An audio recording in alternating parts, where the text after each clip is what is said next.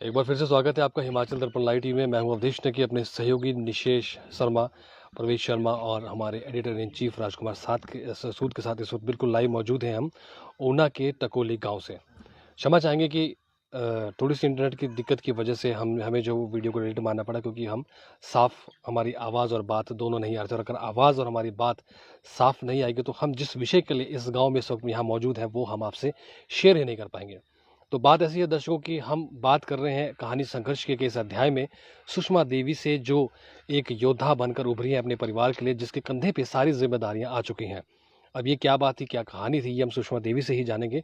फिलहाल आपको बता दें कि ये जो योद्धा बनने की कहानी है ये आज से 8 महीने पहले उभरी, जहाँ पे सुषमा देवी जी के कंधों पे एकदम से जिम्मेदारियां आ गई। ये जो परिवार है ये बेहद गरीब है और जिसे अब जो है बेहद बहुत ज़्यादा ज़रूरत है आप लोगों की, हम सब की, जो आर्थिक और मानसिक रूप से इनकी सहायता कर सके। तो हम बात करेंगे, इन परिवार से मिलेंगे जिस परिवार में इनका जो मुखिया है वो अब जो बिस्तरे में पड़ चुका है, जिसके ऊपर पूरी जिम्मेदारी थी अपने परिवार को चलाने की, बच्चों की ज़रूरतों को पूरा करने की, घर के राशन की, बल्कि आर्थिक स्थिति को जो एक मजबूती देनी होती है, कि जो बैलेंस बनाना होता है, वो मुखिया ही बिस्तर में पड़ गया है।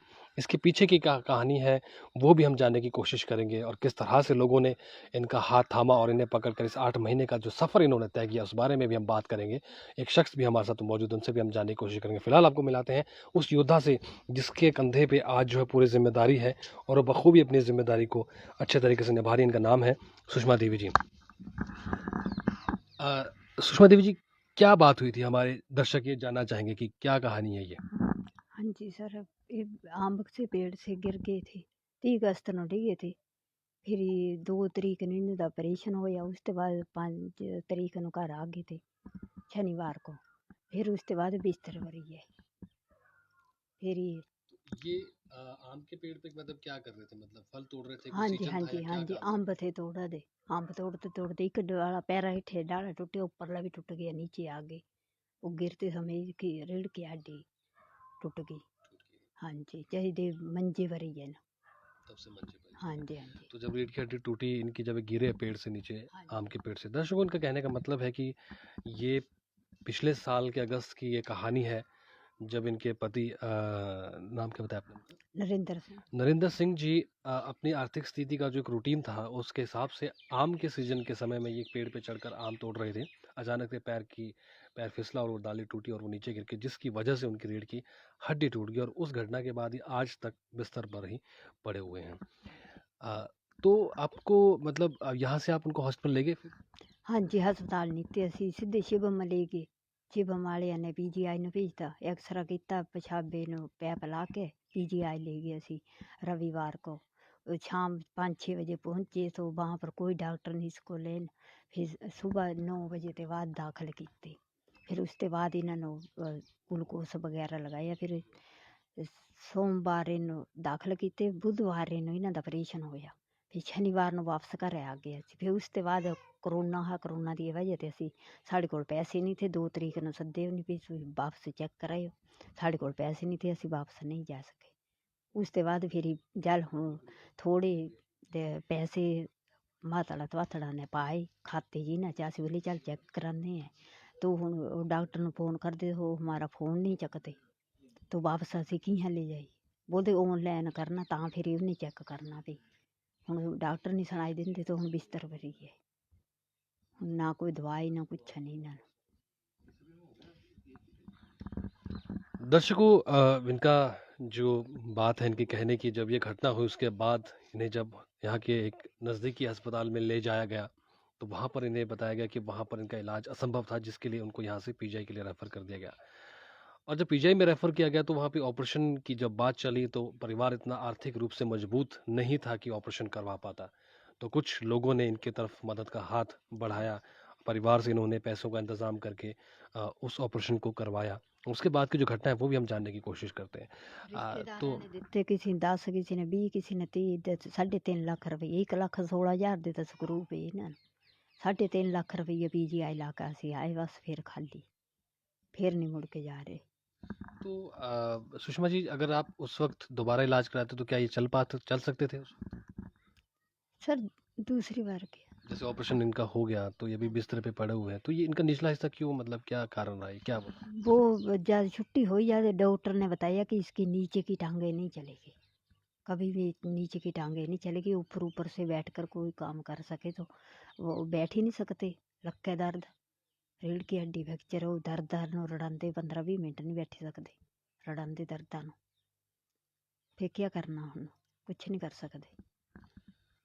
बेहद ही दुखद घटना हुई कि जब ये एक्सीडेंट उसके जैसे हुआ उसके बाद जो उनकी रीढ़ की हड्डी फ्रैक्चर होने के बाद ऑपरेशन परिवार ने जैसे तैसे अपना आर्थिक सहायता लोगों से ली, कुछ परिवार वालों से इकट्ठा करके 3.5 लाख रुपए इकट्ठा करके ऑपरेशन करवाया, जिसमें 1.5 लाख के आसपास ये जो बता रहे हैं कि उससे एक रॉड इनकी पीठ पर लगी, उसके बाद ऑपरेशन किया। तो ये सिर्फ बैठने लायक हुए हैं ताकि वो पूरे शरीर से काम कर सके, पर डॉक्टर ने डिक्लेयर कर दिया था कि आज के बाद ये चल नहीं पाएंगे और ना ही कुर्सी पर बैठ पाएंगे, ना ही कोई चलने फिरने वाला काम कर पाएंगे। उसके बाद किस तरह से कहानी रही, सुषमा देवी जी ने किस तरह से एक योद्धा की भूमिका निभाई, वो भी हम जानने की कोशिश इनसे करते हैं। जी ਅਸੀਂ ਹੁਣ ਕਾਗਜ਼ ਪੱਤਰ ਬਣਾਏ ਵੀ ਚਲੋ ਚਪੜਾਸੀਆਂ ਵਿੱਚ ਵੀ ਸਕੂਲੇ ਰੱਖੇ ਲੈਣ तो कागज पत्तर बना के भी रखी हो ਹੁਣ जाल वो निक्कियां बकैसियां निकल गईਆਂ जाल भी जमा करांगे उन्होंने, जाल भी जमा करांगे ਹੁਣ यही हो सकता और क्या भी जे रखे लैन सानू तां ही है, जे ਹੁਣ रखन ही नहीं तो क्या फायदा फिर उन्हों का भी देना। तो सुषमा देवी जी, ये जो परिवार जब मतलब आपके ऊपर जो जिम्मेदारियां आई हैं, ये कैसे करते हैं आप, कितने हैं परिवार में लोग आप? सर जी मम्मी नो पेंशन मिलती 1500 रुपया महीने का मिलता इन्हों पेंशन, तो उसदे नाल गुजारा करे करते ਅਸੀਂ। हाँ जी। और परिवार में कौन कौन है आपके? आपके 3 बच्चे है, 2 आप है, एक ससु माँ। ससुर माँ हाँ है। जी। बच्चे कितने आप? और 2 लड़कियां, एक लड़का। स्कूल जाते हैं? 8वीं कक्षा की पेपर दे रहा है और लड़की एक 6वीं च एक 5वीं च। हाँ जी। तो घर का गुजारा कैसे कर रहे हैं आप? बस ससु माँ पेंशन मिलती बस ਉਹਦੇ ਨਾਲ ही। कितनी पेंशन लगी है? ਇਹਨਾਂ ਨੂੰ ਤਾਂ 4500 3 ਮਹੀਨਿਆਂ ਦੀ ਮਿਲਦੀ ਹੈ, ਹੁਣ ਉਹ ਖਾਲੀ ਬੈਠੇ ਹੋ, कोई पैसा पाई नहीं है बस। तो उसी से आप घर का खर्चा चला रहे हैं? हाँ जी। परिवार की जो आर्थिक स्थिति थी वो नरेंद्र सिंह जी ही थे, जो एक घर की रीढ़ की हड्डी थी, और अचानक जब ये दुर्घटना उनके साथ हुई तो अब जो है घर की आर्थिक स्थिति जो है निर्भर है सिर्फ इनकी जो सासू माँ हैं उनकी सरकार द्वारा एक पेंशन लगी है, जो 3 महीने में एक बार आती है, और काफ़ी समय से वो उसी के ऊपर गुजारा कर रहे हैं, जिसमें 3 बच्चे जो वो स्कूल जाना चाहते हैं, उनका भविष्य, बच्चे भी बड़े, उनकी ज़रूरतें बढ़ती चली जाएंगी। तो किस तरह से ये परिवार आगे सर्वाइव करेगा, ये अपने आप में सबसे बड़ा सवाल है। तो सरकार ने आपकी तरफ कभी सहायता का हाथ नहीं बढ़ाया? नहीं नहीं सर, कोई पैसा पाई नहीं अज्जे दिन तक सानू नहीं आए। सानू बोलियो कापियां उत्ते भी चेक कराई जाओ, इन्होंने एंट्री कराओ, वो एंट्री कराई कराई के जेह्ड़े बिच ते वो भी निकली गए। 680 ते 523 रुपये रह गए, वो एंट्रियां नाल ही निकली गए। अस बोले कानू करानी है, जै उन्हें कागज पत्तर ही नहीं होंगे भेजी हो तो। और जो इस पंचायत के प्रधान है उन्होंने कभी हाथ बढ़ाया मदद का? नहीं कोई नहीं, कुछ नहीं, कोई पैसा पाई नहीं। आप अब अपना भविष्य कैसे देख रहे हैं, मतलब कैसे लग रहा है आपको, आगे समय, बच्चे बड़े होंगे, कैसे समय काटेंगे आप? की हाँ दसीए, सानू कोई नहीं समझ लगती। काफी आपने अपने दिमाग को मजबूत कर रखा है इस बात के लिए, या सोच ही नहीं पा रहे हैं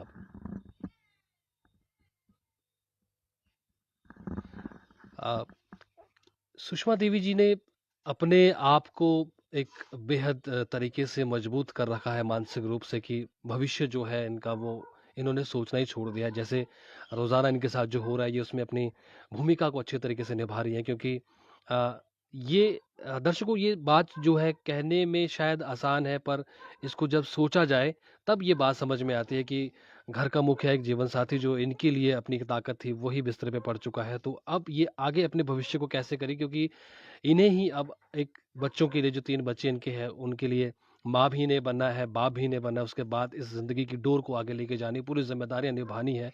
क्योंकि इनके घर में 2 छोटी बच्चियाँ हैं, जो अभी आज स्कूल जा रही हैं, कल को कॉलेज के लिए जाएगी, कल को बहुत बड़ा भविष्य है जिसमें इनको अच्छे तरीके से निभाना है, और इनको मानसिक रूप से भी मजबूत रहना है और शारीरिक रूप से भी मजबूत रहना है। सवाल यहाँ पे ये खड़ा होता है कि अगर कोई समाधान निकलता भी है तो उस पे क्या कहा जाए? आपने संघर्ष करते हुए ऐसे बहुत से लोगों को देखा होगा, पर आज हम जिसको देख रहे हैं ये एक बहुत बड़ी योद्धा है, सुषमा देवी जी जिन्होंने अपने आप को इतना मजबूत रखा है कि इस कहानी में वो चले हैं, जो घर पे 3 बच्चों के साथ-साथ इनकी एक बुजुर्ग महिला भी है, उनको भी चलाना है, घर की आर्थिक स्थिति को भी मजबूत करना है और इस संकट से भी निकलने के लिए कोई ना कोई रास्ता तो खोजना ही पड़ेगा।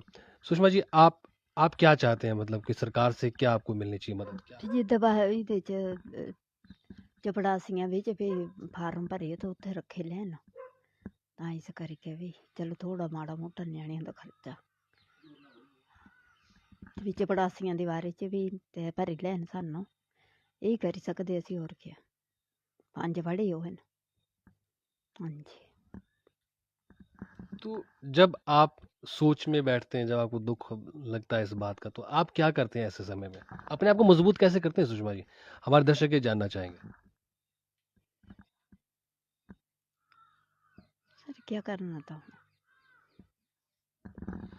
जैसे तैसे इन्होंने अपने आप को मजबूत रखा है दर्शकों, और हम अपना एक यहाँ पर आप लोगों से कहना चाहेंगे, अगर आप इस फुटेज को देख रहे हैं तो हम चाहेंगे कि इसका एक जो रास्ता हमें नज़र में आता है कि परिवार सुषमा देवी जी भी ये गुहार लगा रही हैं कि, और हम भी चाहते हैं कि सरकार अगर चाहे तो इन्हें किसी भी स्कूल या आंगनबाड़ी या किसी भी ऐसे केंद्र में जो एक सरकारी नौकरी अगर इन्हें मिल जाए, तो सरकार की जो आर्थिक स्थिति है वो थोड़ी सी बैलेंस हो सकती है। हम ये नहीं कहते कि उसमें कोई सुधार हो सकता है, पर अगर सरकार चाहे और तो इन्हें नौकरी दे तो इनकी आर्थिक स्थिति थोड़ी सी मजबूत हो जाएगी, क्योंकि कल को बच्चों की जो ज़रूरतें हैं वो सुषमा देवी जी पूरी कर पाएंगे। क्योंकि घर का जो कमाने वाला व्यक्ति था, आज वो बिस्तरे में है, वो भी हम आपको दिखाएंगे, उनसे भी हम बात करने की कोशिश करेंगे।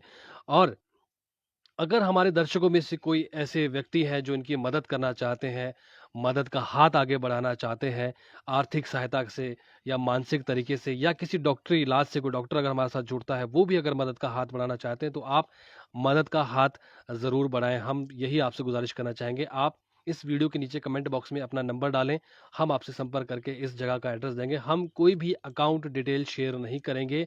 आप अगर देना चाहते हैं, आप सीधा इस स्पॉट पे आइए, इकट्ठा कीजिए। कोई भी संस्था है, कोई भी ट्रस्ट है, अगर मदद करना चाहते हैं तो वो इस जगह पर आएँ। हम इनके घर का एड्रेस आपको जो है इस वीडियो के नीचे कैप्शन में डाल देंगे, जिसके बाद आप इन परिवार तक पहुंचकर मदद का हाथ बढ़ा सकते हैं, चाहे वो डॉक्टरी इलाज हो, चाहे वो आर्थिक तरीके से हो, चाहे कोई सरकारी प्रशासन अगर इस वीडियो को देख रहा है और अगर सुषमा देवी जी की नौकरी लग जाती है तो इस परिवार की काफ़ी मुश्किलें जो है वो हल हो जाएंगे। तो कहानी संघर्ष की में सुषमा देवी जी एक योद्धा बन के आज उभरी हैं, जो हमारे लिए खुद के लिए भी एक बहुत बड़ी प्रेरणा है।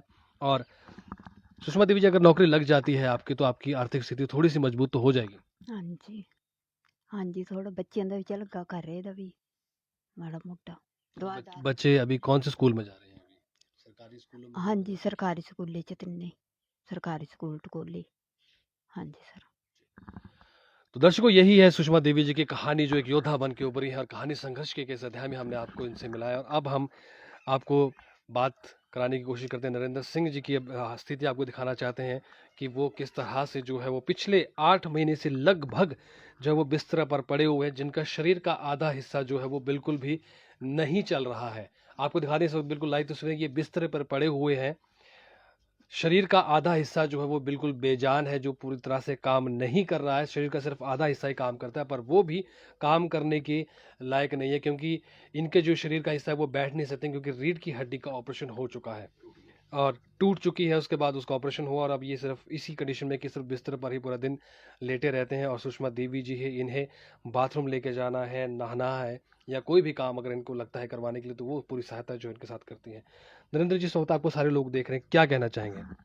हम ये कहना चाहते हैं कि नौकरी, घर वाले को नौकरी मिल जाए तो बच्चे आसानी से पढ़ जाएं। बच्चे, अब बच्चे छोटे हैं, कमाता था तो बच्चों का गुजारा करता था, अब बिस्तरे पर हूँ तो बच्चों का जीना औखा है। तो सरकार से क्या क्या कहना चाहेंगे नरेंद्र जी? हम इस सरकार से ये कहना चाहते हैं कि नौकरी मिल जाए कोई छोटी मोटी इसको, तो जिससे अपने बच्चे पाल सके। हाँ जी, हम ये कहना चाहते हैं कि चलो जैसे आंगनबाड़ी है या प्राइमरी स्कूल में है चपड़ासियों की सीट, वहाँ पर नौकरी मिल जाए तो बच्चे आसानी से पढ़ जाएंगे।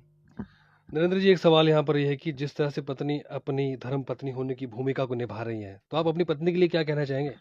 हमारी पत्नी काफ़ी है, हमारा हर एक काम करती है, हमारे को हर एक जगह पे खाना भी खिलाती है, लेटरिन भी धोती है, हमारा बहुत करती है वो।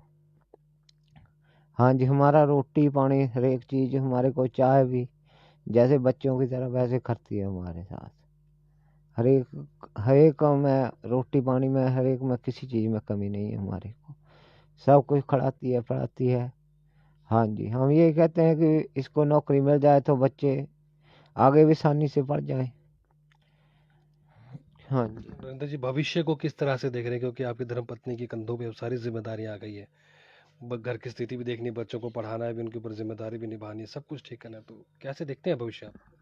हमारा विषय बहुत माड़ा चल रहा है अभी तो, हमारा विषय बहुत माड़ा चल रहा है, क्योंकि हमारे को 8 महीने हो गए मंजे पे पड़े को, 7 महीने हो गए हैं।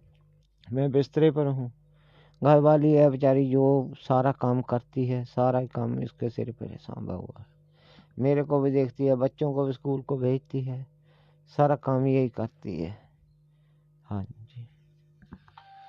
दर्शकों, ये थे नरेंद्र शर्मा जी, जो आप इस वक्त लाइव तस्वीरें देख रहे हैं कि जो बिस्तर पर पड़े हुए हैं। ये कोई कहानी नहीं है, आप देख सकते हैं कि इनका जो है शरीर का जो हिस्सा है वो बिल्कुल बेजान है, और अगर इनको बाथरूम के लिए जाना है तो पाइप जो है वो यहाँ पर लगी हुई है। और ये एक घटना इनके साथ अचानक हो गई थी कि इनके पैर जो थे वो सुन्न थे, और आग सेकने के लिए, ठंड के समय में आग सेकने के लिए चूल्हे के पास थे, पर ये आग पैरों में लग चुकी थी, और उसके बाद भी अपने पैरों में किसी तरह की इनकी हरकत ना होने की वजह से इन्हें पता ही नहीं लगा, तो ये आग लगी है। तो दर्शकों, ये जो फुटेज आप देख रहे हैं बिल्कुल लाइव, आप हिमाचल दर्पण लाइव टीवी के माध्यम से देख रहे हैं, और हम भी यही दरख्वास्त करना चाहेंगे कि सुषमा देवी जी जो है, अगर इनकी सरकारी नौकरी लगती है तो इनके आधे मसले इनके हल हो जाएंगे। आपको घर के जो बुजुर्ग हैं उनसे भी बात कराने की कोशिश करते हैं कि उन्हें कैसा, अ, हम ये तो नहीं कह सकते कि कैसा लग रहा है, पर वो क्या कहना चाहेंगे। माता जी, क्या कहना चाहेंगे? अब आपका बच्चा जो है, जो आपके लिए वो था, वो बिस्तर पे है, क्या मतलब आप क्या क्या चाहते हैं कि क्या होना चाहिए माता जी? बच्चा है या नौकरी मिली आए, अपने बच्चियां दिखे, अपने बच्चियां दिखे, नौकरी मिली आए, नहीं तो बच्चियां का काम खराब है। दवाई दारू ते भी तंग दे, ये बोला तुसी पे चलो, बेचारियां रिश्तेदारां ने बड़ी भारी मदद की, उन्होंने बेचारियां ने पैसा पाया दा मुंडे ऑपरेशन कराया चंडीगढ़, क्या करना। बेहद ही दुखद घटना भी है, और ये बात भी है, ये वाक्य भी है, क्योंकि इकलौता इस घर का जो पुरुष था जो अब बिस्तर पर पड़ चुका है, जिसके ऊपर पूरा परिवार जो है वो निर्भर था, उनकी माता, उनके बच्चे, उनकी धर्मपत्नी, और ये पूरा घर, ये पूरा आशियाना जो आप हमारे पीछे देख रहे हैं, ये इनका महल है, इनके सपनों का स्वर्ग है, जो आप इस वक्त बिल्कुल लाइव फुटेज देख रहे हैं। ये घर है, ये छोटा सा परिवार है, जो गरीब परिवार है, और इस वक्त मदद की गुहार लगा रहा है। पूरा परिवार यही चाह रहा है कि अगर सुषमा देवी जी की नौकरी लग जाती है किसी भी तरीके से, किसी आंगनबाड़ी में, किसी स्कूल में, जो भी सरकार, अगर सरकार किसी भी तरीके से इनकी नौकरी लगा दे, तो इनकी घर के परिवार की आर्थिक स्थिति जो है वो थोड़ी सी बैलेंस हो सकती है। जो छोटे छोटे बच्चे हैं इस घर के अंदर, 3, जिसमें 2 लड़कियां हैं, 1 लड़का है, उनका भविष्य भी जो है वो सुषमा देवी जी के कंधों पर है, क्योंकि 2 लड़कियां जब कल को शादी के लायक होंगी तो वो भी जिम्मेदारियां होंगी, वो भी पूरी करनी है, और बच्चा जो लड़का है उसकी भी जिम्मेदारियां पूरी करनी है। तो मैं चाहूंगा कि हमारे सभी दर्शकों से कहानी संघर्ष के इस एपिसोड में, अगर आपको सुषमा देवी जी की कहानी प्रभावित करती है तो आप मदद का हाथ आगे बढ़ाएं, आर्थिक रूप से, मानसिक रूप से, या कोई डॉक्टर हमारे साथ जुड़ता है, या इस वीडियो को आप शेयर करें कि कोई अगर डॉक्टर लगता है कि उसे इस बीमारी का इलाज कोई है जिससे इस घर का मुखिया फिर से अपने पैरों पर खड़ा हो सकता है, काम कर सकता है कुछ तरीका, तो आप प्लीज अपना हाथ जरूर बढ़ाएं। आप अपना नंबर इस वीडियो के नीचे कमेंट बॉक्स पर छोड़ दें। हिमाचल दर्पण लाइव टीवी की टीम आपसे जरूर मिलेगी, और आपसे जरूर इस बारे में बात करके हम सुषमा देवी की मदद करने की पूरी सहायता करेंगे। फिलहाल मैं अवधेश नेगी ऊना के टकोली गांव से इस वक्त बिल्कुल लाइव अपने सहयोगी निशेष शर्मा, प्रवेश शर्मा और एडिटर इन चीफ राजकुमार सूद जी के साथ बिल्कुल लाइव। और जैसा कि हमने आपसे वादा किया था कि हम आपको चिंतपूर्णी के दर्शन कराएंगे, पर किसी कारणवश इस कहानी ने हमको यहाँ खींच लाया कि हम चिंतपूर्णी नहीं पहुंच पाए। हम आपसे क्षमा चाहते हैं, पर आपसे वादा करते हैं कि अगर हमें समय मिला और परमिशन मिली तो सुबह की आरती जो हम चिंतपूर्णी से आपको दिखाने की बिल्कुल कोशिश करेंगे। फिलहाल मैं अवधेश नेगी ऊना के इस गाँव से हिमाचल दर्पण लाइव टीवी के लिए।